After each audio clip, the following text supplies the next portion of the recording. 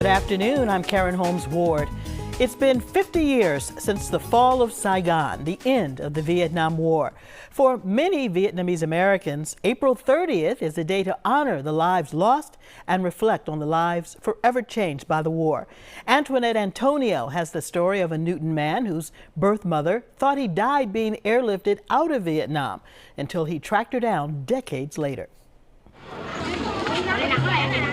It was called Operation Baby Lift. In the weeks leading up to the fall of Saigon, the evacuation of thousands of Vietnamese children believed to be orphaned by the war. Tragedy would strike the first plane out of Saigon. The very first plane that left out of Baby Lift crashed, and is about half of the people, orphans and some of the workers, died. 138 people, mostly children, were killed. David Nguyen's birth mother thought he was one of them. Word got out in Vietnam, word got out here, but my birth mother heard the story and she's just like, oh my God, I think my child, my son, was on that plane. And so for 40 years, until the day I showed up in 2015, she thought she had killed her only child. No one, not his mother's friends, family, nor her co-workers even knew about David's existence. Among the reasons being a single mother and her military involvement in the conflict. There's a photo of her that I have that shows her in all military gear, and so she was equivalent to like a second lieutenant in the Vietnamese Ranger unit, and she was a spy for the North. So she was kind of playing this dual role.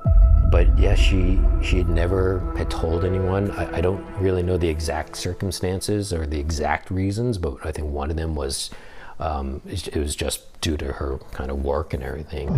Those circumstances would leave her no choice but to bring him to an American-run orphanage, which she thought would be temporary. So she happened to get really sick, and the doctors were saying, oh, bring him over here, the Americans will take care of him while you recover. So it's almost like they thought it was some sort of daycare. I was placed in a foster home and just kind of lost in the system. So she went 40 years thinking that you died on the first plane of Operation Baby Lift. Yeah.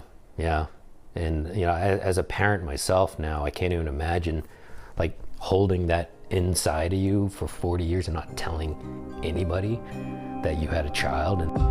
But David wasn't on that doomed plane. In fact, half a world away from Saigon in Newton, Massachusetts, Chuck and Pat Redmond heard the same news and put a call into Senator Kennedy's office to find out if the little boy they were in the process of adopting was still alive.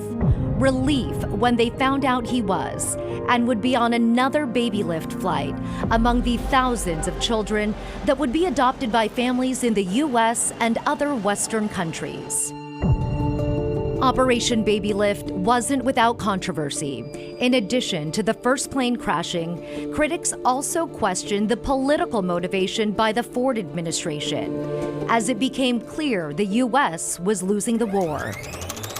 And then there were the children who were not orphans, but rather placed in temporary care as the war raged on and poverty struck many families. Upon his arrival in the U.S., he would become David Redmond and grow up in Newton, the youngest of 4 children, living what many would consider an all-American life. Played a lot of sports and had friends and everything. But something was always missing. It wasn't love, it wasn't family. It was a piece of his identity and culture that he didn't know.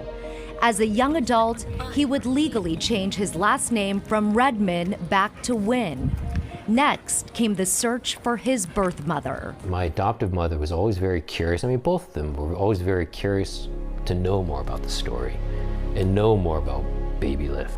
All he had to go on were pictures from the orphanage and a piece of paper. That paperwork is called the Statement of Relinquishment. A private investigator and a viral post on social media later, David was reunited with his birth mother in 2015. 40 years after she thought he died in Operation Baby Lift. Well, I land, she's there, and we just embraced for like a long time. What goes through your head in a moment like that? You know, it was like I didn't have that much time to really process it, and so it was like I hugged her, we held on for a pretty long time, and then I just found myself, we were like holding hands.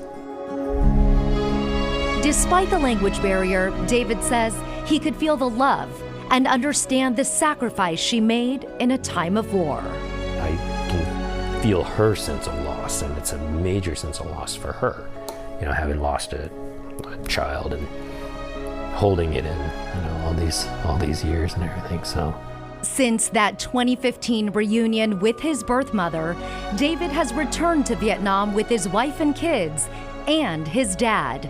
Mom has since passed away, but always supported David learning more about his origin story. And the journey isn't over yet. David has been working on a memoir about his adoption story and Operation Baby Lift, hoping to change the narrative for adoptees like himself.